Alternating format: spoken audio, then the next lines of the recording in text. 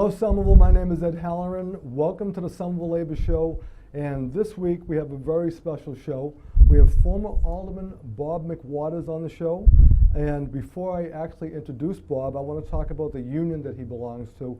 And one of the things that's very interesting to me, that I always find interesting, is how many different positions there are, different jobs there are that belong to unions. And it's not just a truck driver, it's not just a guy or a man or a woman digging holes out there. It really is professionals in unions. And he belongs to a union called NAGE SEIU. It's a National Association of Government Employees, Public and Private Workers, Police Officers, Firefighters, Correctional Officers, Healthcare Workers, Nurses, Paramedics, and Emergency Medical Technicians, Office Workers, and Professional Workers. Former Ward 3 Alderman Bob McWatters, welcome to the show. Thanks, Ed. It's a pleasure to be on your show. All right, man. I promised that you would be on the show, the first show. I know. You got bumped. I got bumped. You were not happy with me. I told you. Yeah, you weren't. But you know what, though? It's good to have you on. Lot going on in the city. It's a pleasure to be here, and I appreciate it. Yes, there is. Let me talk about one thing. You're a former Ward 3 Alderman. Yes. Clerk of Committee for 18 years? Yes. Okay. Clerk of Committee, tell the viewers what that is. Clerk committees are, it's kind of an odd situation. I think it's changing now with this new board. Mm-hmm. But when I was appointed by Mayor Capuano at the time, Right. you're appointed by the mayor, but you work for the Board of Aldermen. So it's kind of a strange dichotomy. Right. Even though the mayor puts you in that position, your responsibility is to the Board of Aldermen. What that would entail is covering meetings, mm-hmm. taking minutes, preparing the agenda, and just being their aides during meetings and helping them out with some of the sundry things that went on as their role as an alderman. So you were there basically as administrative assistants, taking meetings, doing roll call votes. Mm-hmm. Budget time, it's important too, because we would help out Ed Bean's office when they would make cuts in the budget. In auditing. In audit and yeah. tabulate those figures, and we would right. help that office out. But we were assigned to the aldermen, and we helped them prepare their minutes and the agenda, and so worked in conjunction with the city clerk too. You have seen it all in 18 years, quite a bit, I would have to believe. Yes. Through the Capuano administration, Dottie Gay came in after that. Yes. Okay, and then we had Mayor Joe Curtatone. Yes. He's current mayor right now. Yes. So you have a lot of knowledge. I institutional knowledge. A lot of institutional knowledge. I worked, and I think that's what helped me when I got elected, mm-hmm. Because I had the understanding, the conceptual understanding of what an alderman did. Mm-hmm. And to me, the most important aspect, besides appointments from the mayor, was constituent services. Now, I know the 311 is in place, and I would always kid the mayor and say, Joe, when I get elected, I am 311. I would want my constituents and the voters in Ward 3 to call me so I could help navigate the waters in the bureaucracy, because it's not easy sometimes. But I took that role on, and I made that one of my bailiwicks and one of my foundations. I wanted to make sure anyone who had an issue with the city, I maybe couldn't solve the problem, mm-hmm. but I would put people in place to help them to see if I could solve that issue. With that, okay, yes. Coming from that and opening with this alderman, and all your experiences you've had, as a probation officer, right? Now that's something that you really took on. Yes. And let me explain to the viewers one thing. I want to let you know one thing and how I know so much about Bob. Not because I know Bob a little bit, but Bill Shelton wrote a wonderful article a couple of weeks ago. I have it right here in the Somerville Times. I want to give them some props on that too. So I did a little cheat sheet here, and I found out a couple of things about you that is really, I didn't know some of these things at all. Probation officer for 34 years, and your grandmother was an Irish immigrant and inspired you, your interest in politics and you in organizing. Can you want to talk a little bit about that at all? Or? Yeah, I went to Don Bosco.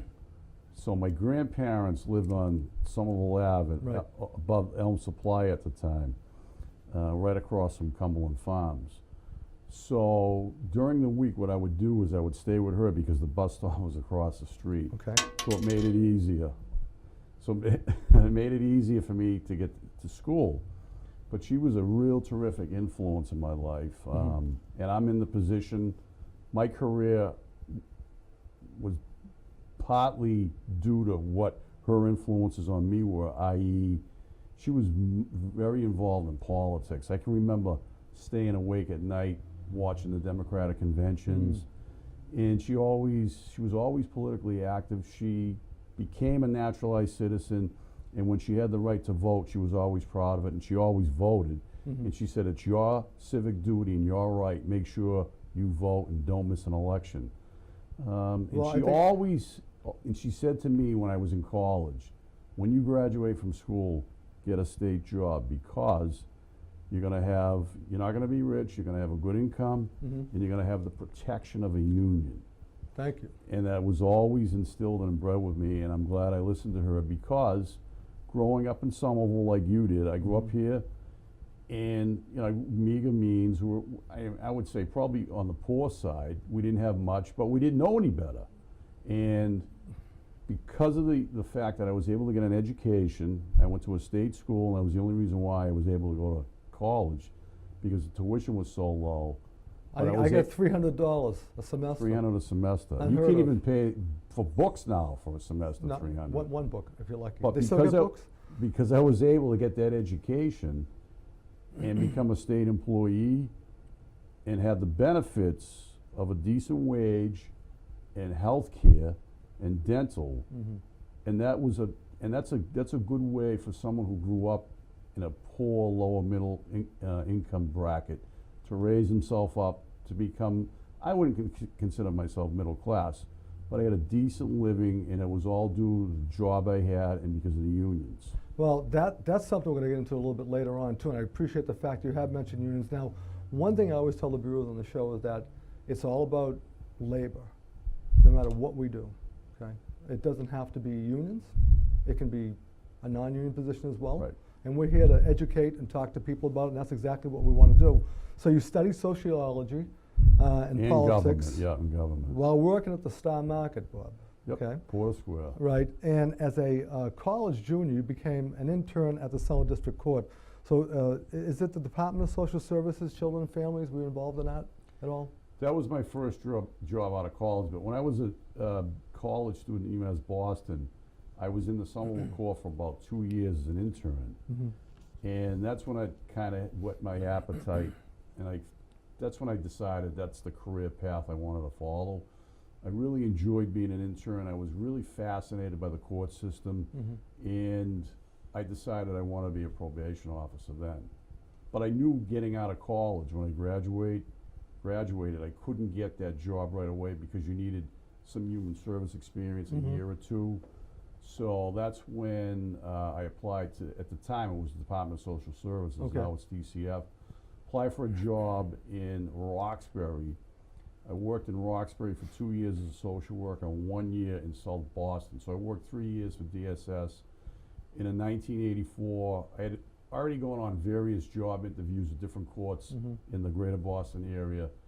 Finally got a job at the Cambridge District Court on 12/31/84. And I was a probation officer roughly right under 34 years in And you that just court. retired? I just retired after like 33, almost 34 You're years. still a young guy, you know. I'm still young, yeah. Yeah, I mean, I wish I could Fairly retire. young, even though... No, you're still young, man. You're still young, absolutely. So with the probation officer, I guess my question, because I've never done that, obviously, okay?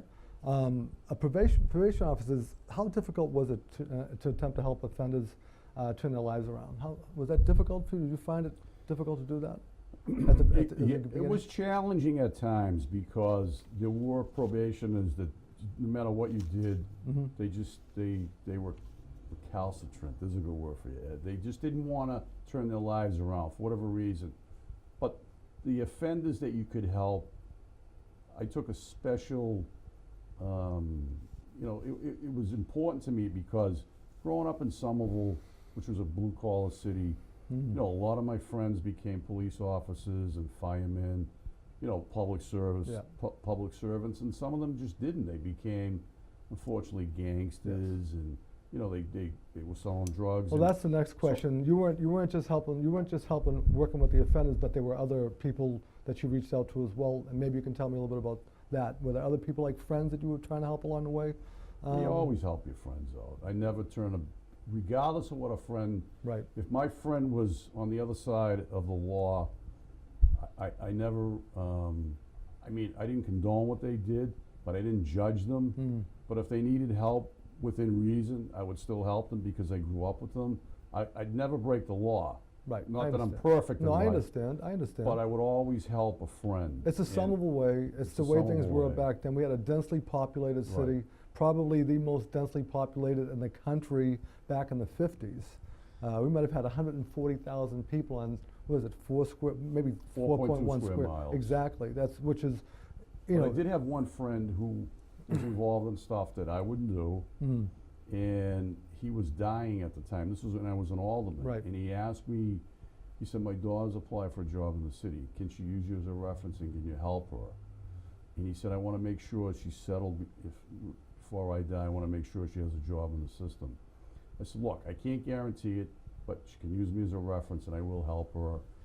And with a little nudge and, you know, some calls I made, she did get into the system. And, you know, and he was a young man who I grew up with, never condoned what he did, but at the end of the day, he was still my friend. Right, right. Well, you know what? It's good to help people. Yep. People need help in life, and that's what we're all about. Here's a question I had too. Are you concerned that the city has changed so much and it's grown so rapidly that that the work that you put into the city, as well as other people, even former aldermen, could get overlooked? Do you feel like you know, it's changing so rapidly? How do you feel? Do you feel totally invested? Yeah, I on think what's one of going the on? things that's discouraging, and you know, I'll be honest, I was really disheartened when I lost my election, and I can think, you know, people have to look at the history of Somerville, and especially in politics, good, bad, or indifferent. There were a lot of times it wasn't good, but I think in the last couple of decades, this city has really exponentially gotten a lot better. Obviously, you can say that because we've become a desirable city to live in. But change is good, and it's not good. And you have to understand the history of the city. And I think, unfortunately, with some of these new members, and I'm not going to criticize them, I'm not going to say they're not doing a decent job, but sometimes voters, the new voters, you've got to understand what had been going on in the city, all the terrific, progressive, and forward-thinking measures.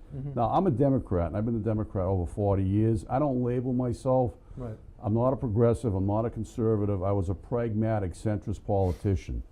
I made educated decisions. I am definitely for all social justice issues, but I don't like labels on elected officials. And what I did the best. I did what was best for my voters and constituents. But I thought in that election, some of these new voters had no idea what some of these old school and institutional politicians had done for the city. And I think they just voted us out without any concept of what had been going on in the city. Well, I'll tell you what, Bob, okay? And generally I don't do this, but I'm going to kind of step out of this. Now, here's what I'm going to say. Yep. Michael Capuano was the mayor of this city. Yes. Did a fantastic job. Yes. Okay? Change has come. Yep. Mike is no longer, Right. will no longer be congressman as of 2019. And congratulations to Ayanna Presley. Yes. And he said as much as that we she's wish her well. He's going to do a fantastic job and good work for us. But you know, when Mike was out there working very, very hard for us and getting a lot done for the city of Somerville, people probably don't realize some of the things that he was doing, including the Green Line And the Orange Line. and the Orange Line, working very hard to get all those things done. Those young people were probably, you know, they were younger and they weren't thinking about any of that back then. And now this is the Somerville that we're living in right now, and this is the moment that we're in. So now they're in the moment. I have a young son that's a millennial. You have a son as well. Same thing. Yep. So they have a different process, different thought. I know a lot of them, and I like them all very much, and I get along with them. But we don't always agree on everything. And here's what I usually tell people. You know, if we can find 4 or 5 things that we agree on, that's a good thing, and we can work from there.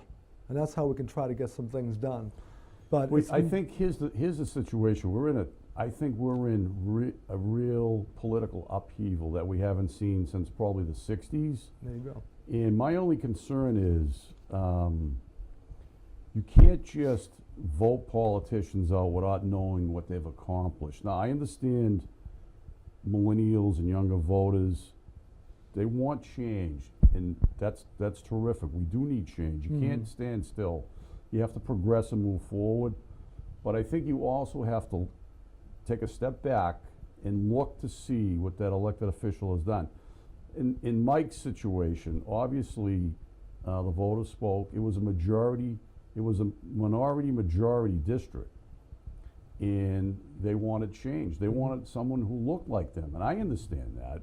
But unfortunately, they didn't look at that record for 20 years, and sometimes that's disheartening. Yeah, it's very difficult to see someone who's worked so hard and done so much, and especially in some. We understand Mike more than anybody and what he's done here. Yeah. So, but once again, we do wish Ayanna well, We and do I wish her think well, and we'll we do a hope she great continues job. the good work that Congressman Capuano Yeah, did. and you know what? We're hoping. We really are. I wanted to touch on that. So let me just get to the opioid thing with you, because I know that's your line of work, and you've been on Overcoming Addiction with Joan 3 Riccio times, yes. at least 3 times now, and I appreciate the fact you're on the show. Actually, Joanne's on this show next week. There's a dire need to continue this work, and the opioid crisis has really become a huge crisis with so many overdoses. How were you able to help those with addictions when you were a probation officer? Well, here's the situation. Unfortunately, by the time the addict gets into court, they're at basically the bottom of the barrel. This has been a public health, and I mean a public health epidemic for years. Okay. And the problem, in my opinion, obviously it started with the pharmaceuticals and the doctors. They didn't realize they were prescribing a highly addictive drug that people started getting addicted to. And because these pills were so expensive, they couldn't afford the pills, and they couldn't afford the pills on the street. They would end up on heroin. The heroin today, unfortunately, is laced with fentanyl. Yes. And because fentanyl is laced into the heroin, they're overdosing because it shuts down your organs and it does all these crazy things. Let me ask you a question. Should we be locking up users? No. What's There changed? should be What's more. changed? Here's the problem, and I can say this as a Democrat, and I can tell my brothers who are Republicans, we don't do enough for treatment. You can't detox a heroin addict. They need more treatment. In the court system, if they came in, sometimes you do a Section 35, which would mean the psychiatrist would determine if they are at risk to harm themselves and or other people in the community. And more than likely the addict would. So they would be sent to a program for 30 to 90 days. But they'd be released after that period of time with no treatment. There needs to be a more significant protocol for long-term treatment for heroin addicts, and it's not in place.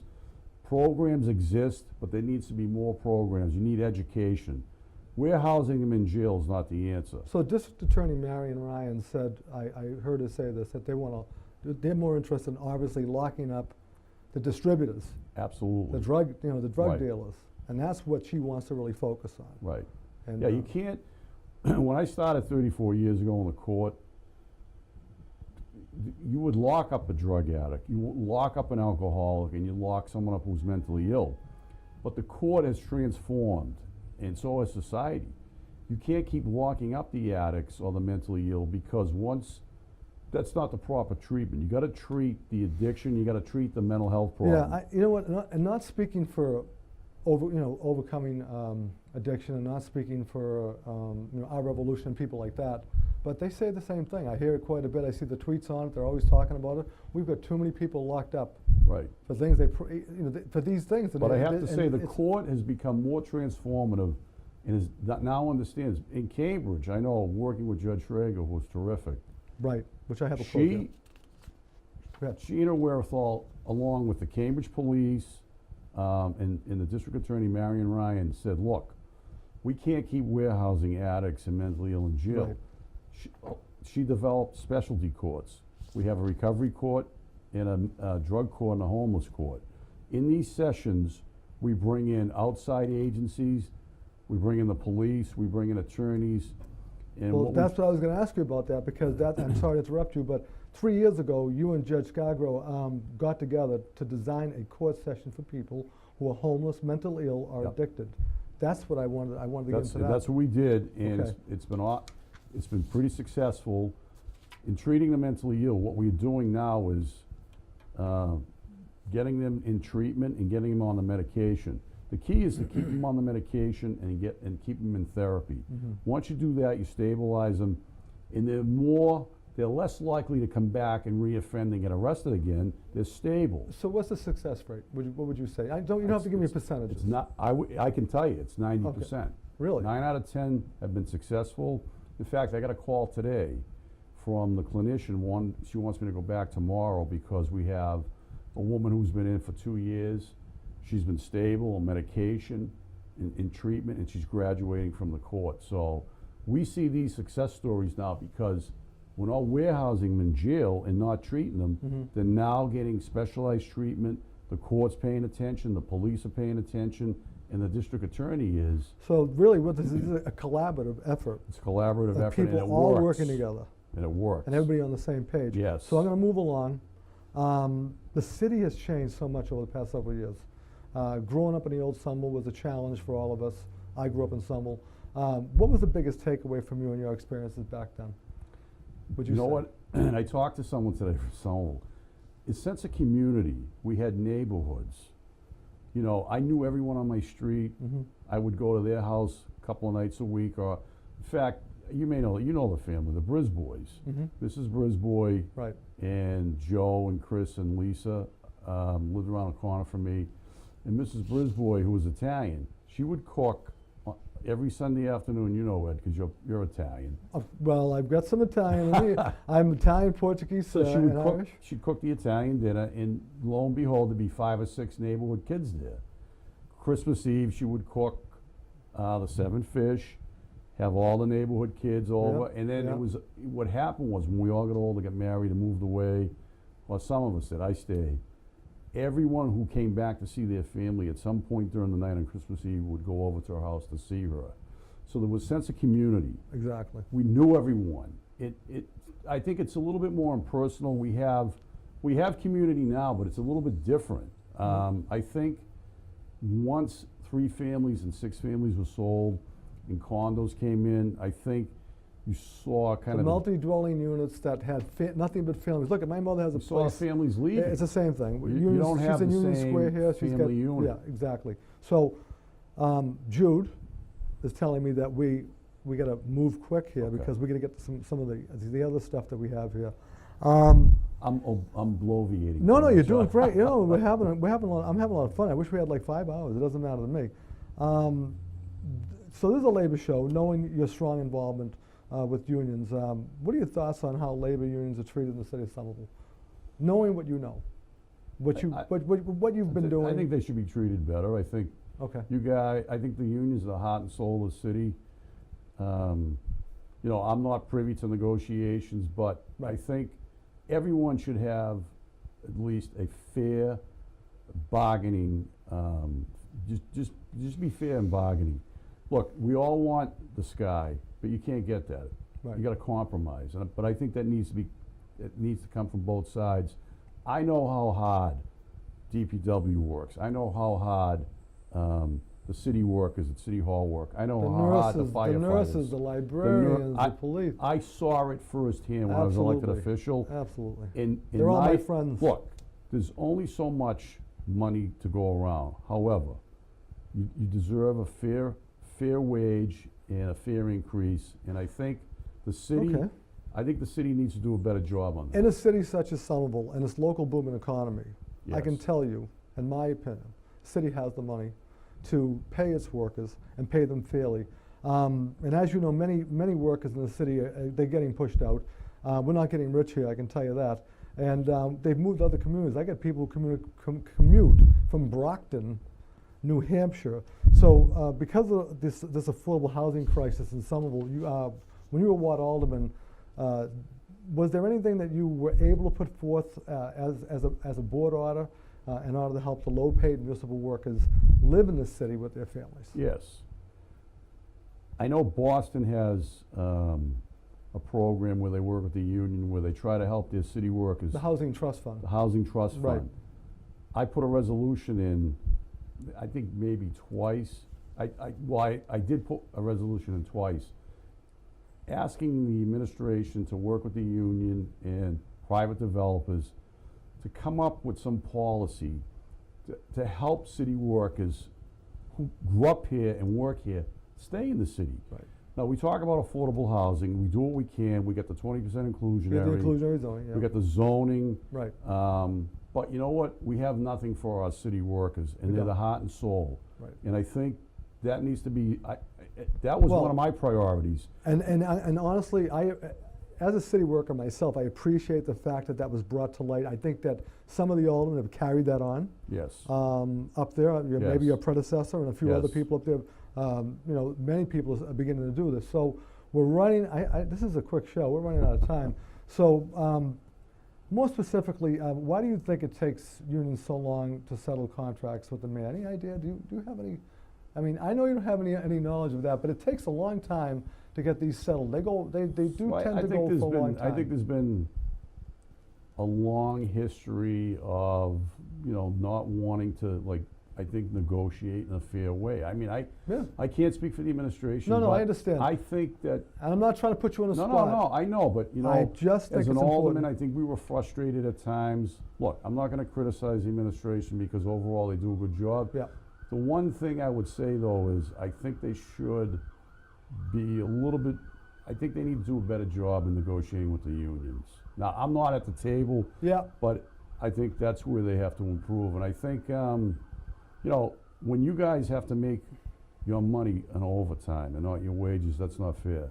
You need to yes. have, Our 'cause quality I of know, life. I know in the court system, we used to get 9% every 3 years. Now, I can't tell the administration to do that for the union workers in this city, but if they came forward with something that was look, fair and reasonable. I think there's some framework there. There's a building being built, okay? There's some framework that's there. But I can tell you, my friends and the firefighters and the police and cafeteria workers, a lot of them are very, very frustrated by what's going on. No, because the other thing is, look, the elected officials have a fiduciary responsibility to the taxpayers. Right. But you also have to pay, So- you have to so- pay your workers a fair wage. Well, how about this? So let me throw this in. Jude's telling me we're running out of time. We might have to run over here. It's fine. Needlessly, the city has spent taxpayers' hard-earned dollars fighting unions and denying them of their fair rights and fair wages. Okay. Unions have also spent hundreds of thousands of dollars of their money on salary arbitrations, mediations, just to get a fair pay raise from the mayor. So I'm not going to ask you anything about that. I'm not going to ask you any thoughts on why this is happening. I want to make a statement. I want to let them know that we are spending a lot of money, of our own money. The city's spending a lot of money. It has to stop. We need to get together. We need to straighten this whole thing out. And it should be taken care of, because Somerville can really be a phenomenal place, especially with labor. So I want to... You need communication. I think Exactly. that's the key. Exactly. So I was going to ask you what you're going to do, but we can talk about that later. But Bob has a chapter 2 in his life. I have no idea what that's going to be, but there is another chapter. So anyway, I want to thank Bill Shelton. I want to thank Bob McWatters, okay, for what he Thank did here, you. coming here. I want to give Bob, where's my shirts? Hold on, I got to walk off the set now. So Bobby gets a shirt. All right, my microphone dropped. So I'm going to hold on to that. Here you go. That's your shirt, only in Somerville, Bob. All right. And I appreciate the fact that you're making a difference to people who are struggling. You can turn around, it says only in Somerville. One other thing that I want to read before I go, and Jude's going to kill me here because I don't think he knows how he's going to get this in. Senator McCain recently passed, and it was a very moving ceremony. Mm-hmm. Former President Barack Obama referenced this quote as Senator McCain in his eulogy. Ernest Hemingway, it's called a quotable quote. "Today is only one day in all the days that will ever be.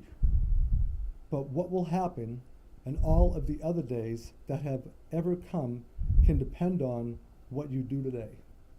Great quote. Great quote, very touching. And I want to thank, before we go, I want to thank you. I want to thank all the unions in the city. They supported me. And got it, I am a union My guy. pleasure. And I've been a union guy for 37 years. So thank you. My pleasure. We're going to have you Firefighters and back Labor on, Bob. Coalition. We're going to have you back on. Thank you, Somerville. We're going to be coming back with another great show. We appreciate it. Peace.